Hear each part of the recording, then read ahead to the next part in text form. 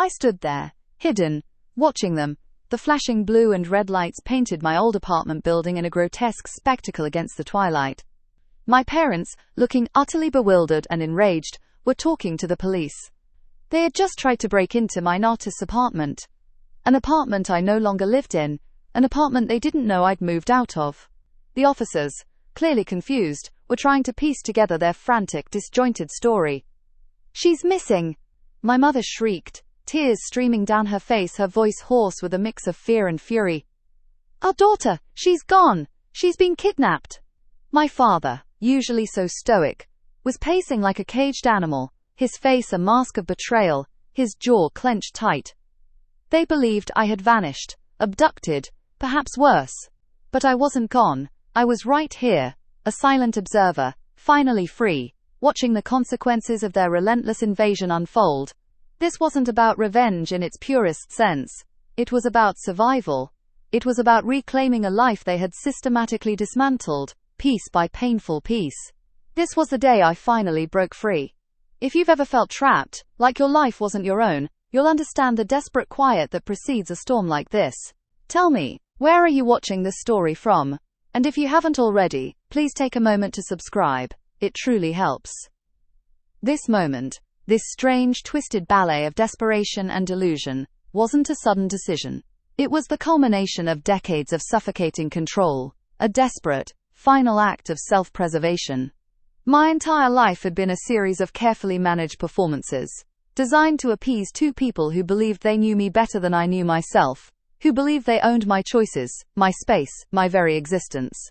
From the earliest memories of childhood, my world was a glass box. There were no secrets allowed. My diaries, if I dared to keep one, were not private confessions but public records, often read aloud and critiqued at the dinner table. My phone calls were monitored, my friendships vetted, my every move scrutinized under the guise of, "It's for your own good." That phrase, a seemingly innocent shield, became the mantra of my gilded cage. As I navigated my teenage years, the control only escalated. Curfews were non-negotiable, often earlier than my friends. My college applications were not suggestions but directives, steered towards paths they deemed suitable. The constant feeling of being watched, judged, analyzed, became a second skin. I learned to anticipate their reactions, to censor myself, to sculpt a version of me that was acceptable, manageable, and above all, compliant. The yearning for independence grew into a fierce, silent roar within me. My first apartment, a small, slightly run-down place across town, was supposed to be my sanctuary. It was meant to be the first breath of true freedom. But my parents quickly disabused me of that notion. "Just in case," they'd said, pressing a spare key into my hand. "We want to make sure you're safe." That key, innocent enough in its brass weight, quickly became a weapon. It wasn't long before "just in case" translated into unannounced visits, surprise check-ins, and "we just thought we'd stop by." They wouldn't just visit, they would occupy. I'd come home from a grueling day at work to find my furniture rearranged, my unhealthy snacks thrown out, my laundry folded and put away in ways I didn't recognize. My personal space, the one thing I thought I had claimed as my own, became another extension of their dominion. The just-in-case key evolved into a constant source of anxiety. They'd let themselves in, often leaving notes critiquing my life choices based on what they observed. My dating life, my career aspirations, even the state of my kitchen sink were fair game for their unsolicited and often scathing commentary. I was a grown woman, paying my own rent, managing my own life, yet I felt like a perpetual child under their watchful, intrusive gaze. I tried to set boundaries, I truly did. Those conversations were always fraught, ending in explosive arguments, manipulative guilt trips, and the crushing weight of their disapproval. "After everything we've done for you," my mother would weep, her voice laced with accusation. "You're so ungrateful," my father would thunder, his disappointment a palpable thing. "We just want what's best for you," they'd echo, as if their definition of best was the only one that mattered. Each attempt to assert myself only tightened the chains. In a desperate, ill-fated moment of defiance, I changed the locks. I thought it would finally give me peace. The storm that followed was cataclysmic. Accusations of paranoia, of having something to hide, of being ungrateful, rained down on me. They badgered the landlord, spun a tale of concern for my safety, and somehow, whether through manipulation or sheer persistence, acquired another key. The violation felt deeper each time. My apartment, once a beacon of hope, became a cage, not a sanctuary. I started living out of a suitcase even when I was home, hiding my more personal items, feeling like an intruder in my own space. The constant vigilance, the fear of an unexpected intrusion, chipped away at my spirit. The sacrifices I made in silence were immense. My relationships suffered. Boyfriends couldn't understand or tolerate the constant intrusion, the sudden appearance of my parents, the thinly veiled interrogations. Friends learned not to call my home line, knowing my parents might answer and pry. My career, which I was passionate about, felt like a burden. The stress, the lack of focus, the perpetual worry about what they might find or do next, drained my energy and creativity. My mental health plummeted. Anxiety became my unwelcome companion, panic attacks a frequent visitor. I felt a deep, pervasive depression, a crushing loss of self-identity. I was constantly performing, striving to be the perfect daughter for their impossible scrutiny, and failing spectacularly in my own eyes. Financially, I struggled. I couldn't save much because I was always trying to keep up appearances, or move to escape, or fix things they had reorganized or broken. But the deepest toll was emotional.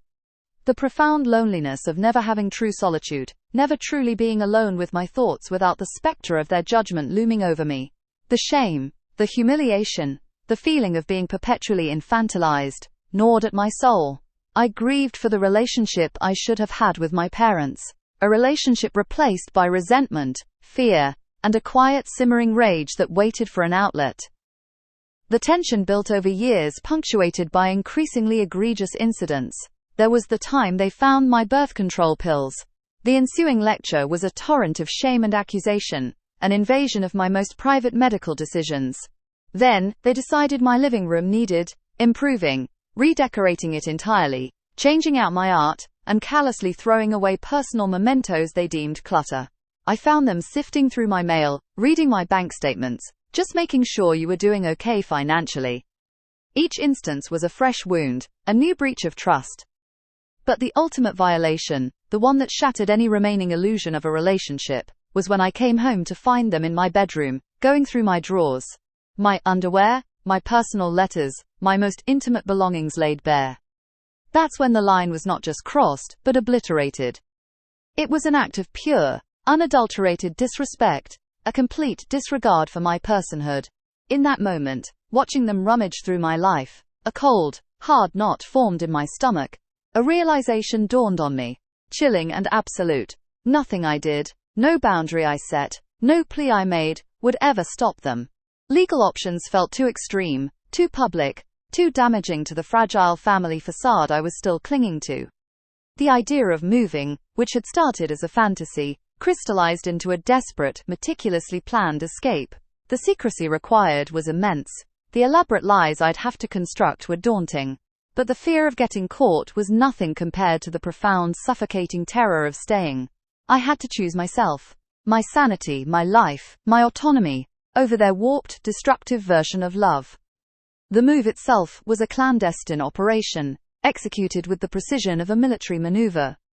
I enlisted the help of a trusted few friends, people who understood the gravity of my situation, who had witnessed the slow erosion of my spirit.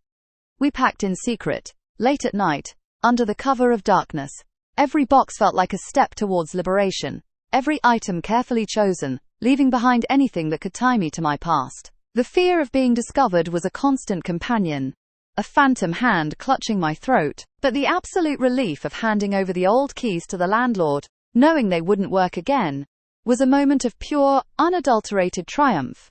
My new apartment, a quiet, unassuming place in a different part of the city, felt like a blank slate, a true sanctuary, a space where I could finally breathe.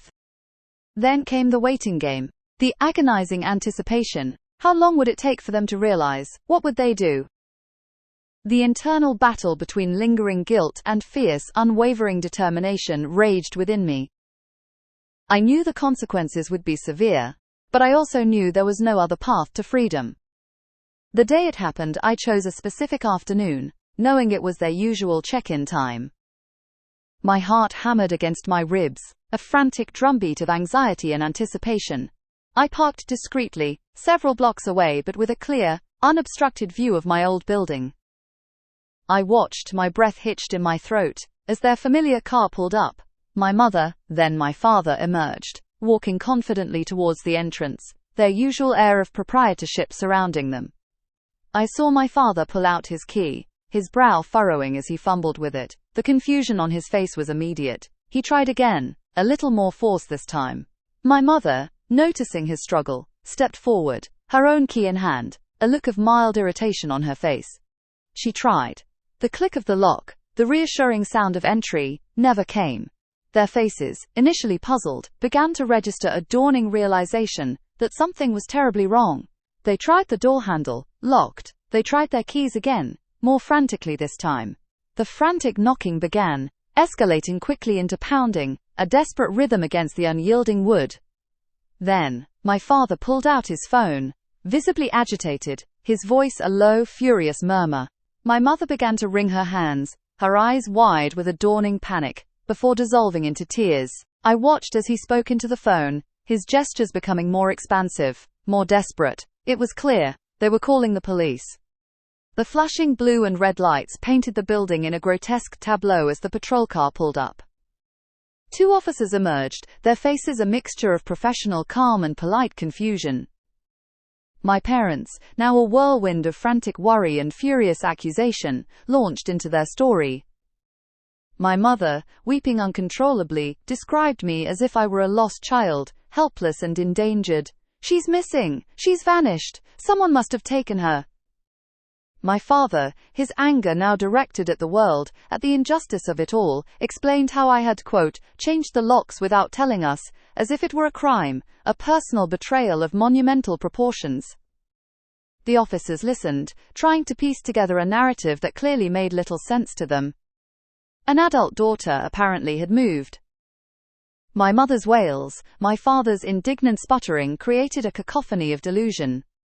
A strange mix of emotions swirled within me. There was no pure triumph, no unadulterated joy. There was a deep ache, a profound sadness for the relationship that had died, for the parents I wished I had. But underneath it all, a powerful sense of liberation surged through me. A quiet, resolute strength settled in my bones. The sight of them, so utterly exposed in their delusion, so desperate to control a life that was no longer theirs, solidified my decision. This was the only way. This was the only path to self-preservation. The police investigation, as expected, led nowhere. They couldn't force me to return or reveal my location.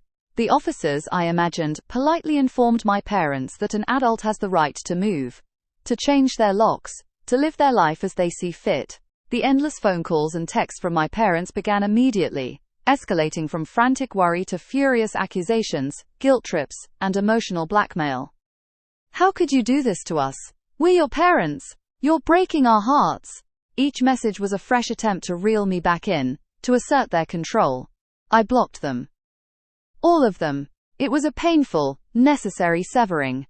The road to healing was long and winding. The initial guilt, a familiar shadow, quickly faded, replaced by an overwhelming sense of relief. I slowly began the painstaking process of rebuilding my life, my identity, my boundaries. I learned to trust my own judgment, to listen to my own instincts, to define my own happiness. I reconnected with friends who understood, who offered unconditional support. Therapy became a crucial part of my journey, helping me unpack decades of trauma and gaslighting. The true cost of my freedom was the loss of my parents, but the immeasurable gain was myself. I understood, with a clarity I'd never had before, that sometimes, the most loving thing you can do for yourself is to walk away from toxic relationships, even familial ones, even when it feels like tearing out a part of your own soul.